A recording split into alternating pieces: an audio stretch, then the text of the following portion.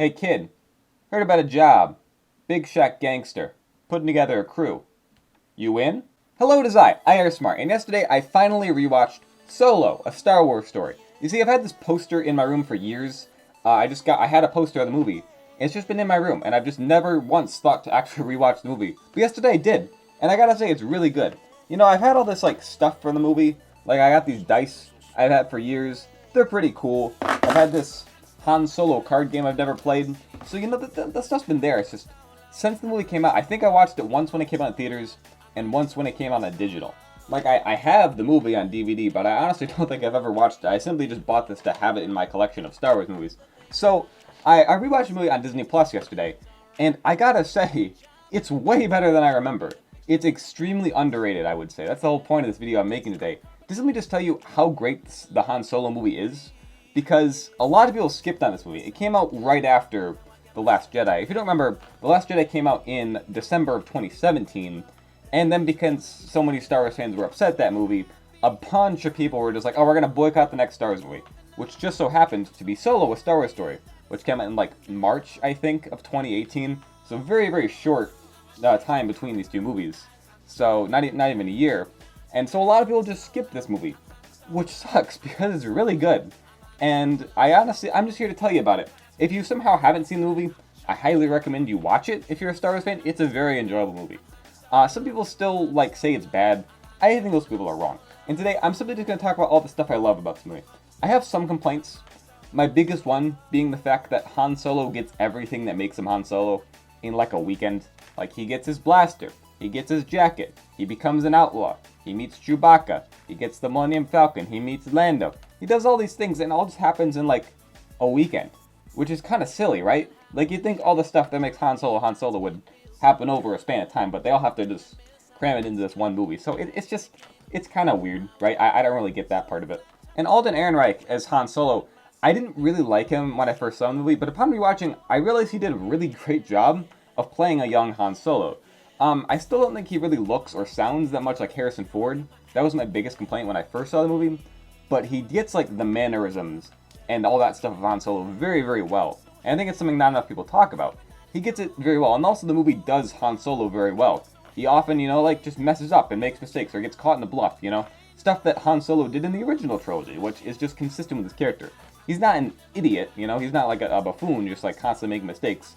But he's just, a little overinflated ego, that sort of thing. He's very full of himself, and so that often leads to him kind of looking like a fool, but he always wins in the end, because he's Han Solo. Also, another thing I really, really love about this movie is that the Empire is just kind of in the backdrop. Same with the Rebellion, too. You don't really see much of either one. They're just kind of there. It mainly focuses and goes deep into the underworld of Star Wars, all that crime stuff, And that's really, really interesting to me. Which is why I'm looking for this upcoming Star Wars Outlaws game. That looks really exciting to me, because it's going to take that similar approach. And I'm hoping it's thematically very similar to this movie. But anyway, back to Solo. I really love that this movie doesn't focus on Jedi or Sith or really any of that. It's the only Star Wars movie I think that doesn't have a lightsaber in it, which is kind of crazy to think about. But it's nice to have a different focus in a Star Wars movie, because we get so much stuff that's all Force, blah, blah, blah. It's sure, I love that part of Star Wars, but I also like it when we go a bit differently, I also really like the action scenes in the movie. It has a lot of great action scenes. Unfortunately, a lot of them happen in very dark environments that you really can't see what's going on. Maybe this is just to hide some CGI stuff that doesn't look as great, which I get, but I don't know. It's just a little disappointing when you have some great action scenes that you can't see. I had to turn down all the lights in my room just to see what was going on in some of these scenes. But anyway, this movie begins on Corellia, which is great to finally see, because, it's kind of something we knew Han Solo was from Corellia. We just never really got any explanation, or really anything from Corellia in Star Wars before this movie. So that was cool to see. You get to see all the Star Destroyers being built and whatnot. You get to see the underworld stuff like I was talking about. It's a nice place to start off a movie, We get to see Emilia Clarke's character, qi'ra, her introduction. Have I mentioned that she's hot? Oh, also the movie just introduces new stormtroopers for some reason. There's a patrol troopers. They have a whole different helmet and outfit, which looks cool. But the only reason they exist is to sell action figures, and I know that's the only reason they're in the movie. He decides he's going to become a pilot in the Imperial Academy. Obviously a great choice. Just, not that I'm biased or anything, but you guys should consider it, if you're considering careers. You should consider one in the Empire. And they play this upbeat Imperial March. It's so great. I love it. It's one of my favorite parts of the movie. But weird thing I noticed is you can see in a hologram, you can see this weird like T-shaped Star Destroyer, and like that's it was in Andor. And I remember when it showed up at Andor, this Star Destroyer, everyone was like, "Oh, this is a new Star Destroyer we've never seen before." And I was just like, "Oh, okay, sure." I don't remember seeing it anywhere else before, but it was in Solo. It was in this movie before it was in Andor, which is crazy to me. I can't believe no one's ever noticed this before. I'm definitely the first person to ever notice this. No one else has noticed this before me. But anyway, another complaint I have about this movie is the fact that Han gets his name. He gets his name Han Solo from just some officer guy, because he's like, "Oh, I don't have a last name," and the officer's like, Solo then. Like, imagine the scene, right? If the officer would have been like, what's your name? It's like, "Oh, it's Han." "Well, what's your last name?" "I don't know, I don't have one." He's like, "Well, you gotta have something." He's like, "Solo. My name is Han Solo." That would have been cooler than just the officer being like, "Your name is Han Solo." That's stupid. Like, let Han choose his own name. That would have made so much more sense and been way better for his character. But I don't know. Minor complaint. Another great thing about this movie is that there originally was a deleted scene where Han is like shown in the Imperial, the Flight Academy, which is pretty cool. But I do kind of understand why they cut it, because going from him being like, "Oh, we'll have you flying in no time," to just having him fighting in the trenches is very funny. And I think it's a great transition into that. But he does actually go to the academy for a bit. He just gets kicked out of it. He mentioned this later. So the whole thing with the whole World War I trenches is so freaking cool. The fact that we never got Mimban as like a Battlefront 2 map, that would have been so cool, dude. Oh man. Anyway, but the battle of Mimban and him fighting in the trenches and stuff is so freaking cool. And you have like a mix of like Imperial Army troopers and Imperial like stormtroopers, because they're separate. And that was like the first movie to like actually show the separation. And I was like, "Oh my gosh, that's so cool. Thank you for showing that there's a distinction between the Imperial Army and the Stormtrooper Corps. They're different, they're separate, they're not all the same. Thank you." Anyway, minor tangent over. Also, the monkey dude in this movie, there's like a four-armed monkey named Rio or something. He's actually voiced by Jon Favreau. I only just now realized that. I didn't notice it when I first saw the movie, but rewatching it now, I'm like, that's Jon Favreau's voice. What is he doing here? Also, Woody Harrelson is a standout character as Tobias Beckett. Really cool character, I gotta say. I think he does a great performance in this movie. And it's just another one of those kind of forgotten performances in Star Wars, because a lot of people remember, like, "Oh yeah, Han and Lando were in that movie," but a lot of people forget about Woody Harrelson as Beckett in this movie, and I think he did a pretty great job. And then we have the Chewbacca introduction in this movie. I think it's kind of silly how Han's just like, "Arr, arr, arr, arr. Yeah, I speak Wookiee," and it's like, okay, sure, but it's kind of silly, right? I don't know, but I still do like that they meet and they escape together. It's cool. I'm glad that, we got to see how they met. Even if it was a little bit forced, it was still kind of cool to see. And I almost forgot that there's a shower scene in this movie. I don't know why they kept this in, but cut out the scene of him in the academy. They're like, what we really need in this movie? We need a scene where Han Solo and Chewbacca take a shower together. Yeah, that's very important thing we need in the Han Solo movie. Anyway, now we're on to the heist part about this movie. I freaking love heist movie stuff. It's so cliche and campy and stupid, but I love it so much. It fits so well, and it's something I think we need more of in Star Wars. It's silly, it's goofy, it's like, we gotta steal a thing, and we're gonna get away, and we have this perfect plan, and then it goes bad, and all that stuff, heist movie stuff. I freaking love it. It's so, it's just a thing I love. I don't know how else to describe it. I love the heist in this movie. It's great. Also, trains. I like trains. Dude, trains are so awesome. Can I have more trains in Star Wars, please? It's like it's on this big rail, and then the whole thing like angles as it goes around curves, and it's so freaking cool. And I so regret not getting the Lego set for this. It was such a cool set. But dude, freaking trains in Star Wars is so cool.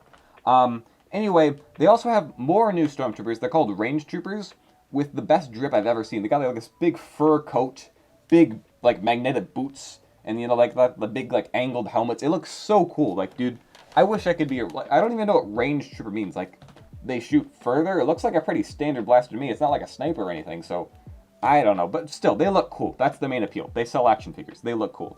Anyway, then Val, who I haven't mentioned until now because she's a pretty forgettable character, and Rio, they both die, which is pretty much all there is to really say about their characters. It kind of sucks when they just kill characters off that fast, but at the same time, they weren't really doing anything, so I don't know. We need to raise the stakes or something. Then there's this whole the coaxium explodes, and it looks really cool. It looks almost like, I don't even know how to describe it. It's a cool looking explosion. I like the way it looks. Anyway, then we go to the yacht where we're gonna meet Dryden Voss in the what was it? Crimson Dawn. That's the name of it. Yep. Anyway, qi'ra shows up again. Did I mention that qi'ra is hot? But seriously though, do you think Leia knows about qi'ra? Do you think Han ever mentioned his relationship with qi'ra? Because they seem to be pretty close. He was very, very excited to see her again, like really excited, and they kissed quite a few times this week. Do you think Leia knows? I mean, also, I feel like this is a good time to mention. Here's a picture of Han in 10 BBY, and here's a picture of Leia in 10 BBY. Anyway, Dryden Voss. Really cool character. I wish they would have done a bit more with him, but he's cool. And Paul Bettany does a great job as this character. I really love the lines in his face that get red when he's angry. It makes me wonder, like, is he an alien? Or is he just, like, a human that had, like, some weird implants in his face? I don't really know. I don't really know what he is. But he's cool, and that's all I really need to know. He has freaking, like, knives. He fights with these little, like, knives, and it's so cool. Anyway, this is the part of the movie where they decide they're going to go on a new heist, but now they need to go meet Lando Gambino.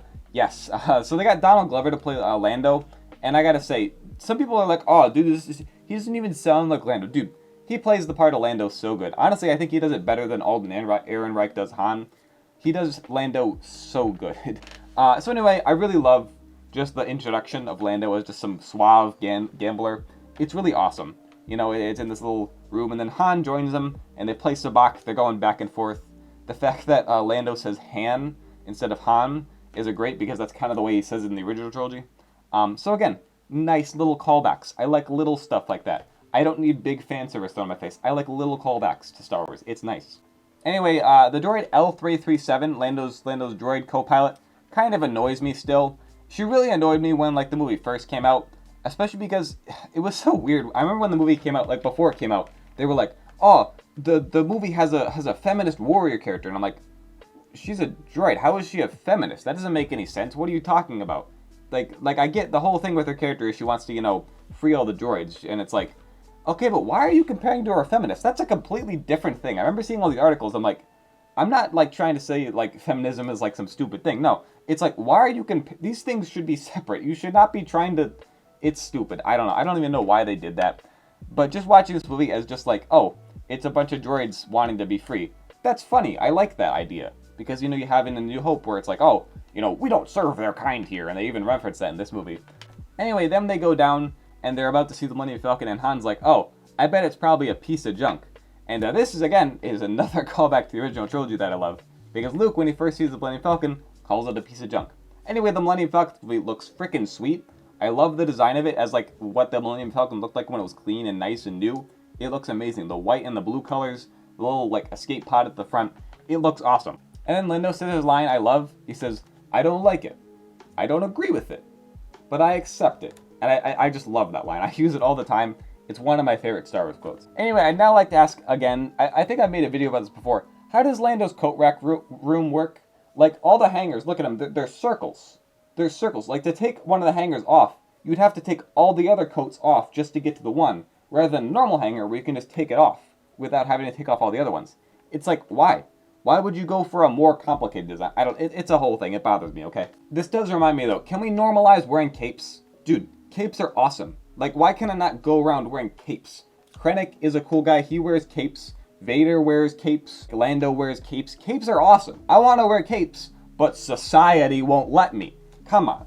You know, what society wants men to wear, what men really want to wear, alright? Come on, guys. So the Spice Mines of Kessel, that's cool to finally see. It was a one-off line that C-3PO said, like, oh, they'll send us to the Spice Mines of Kessel, and it's like, okay, sure, but now we see, like, oh yeah, that really sucks. You don't want to get sent to the Spice Mines of Kessel. That's awful.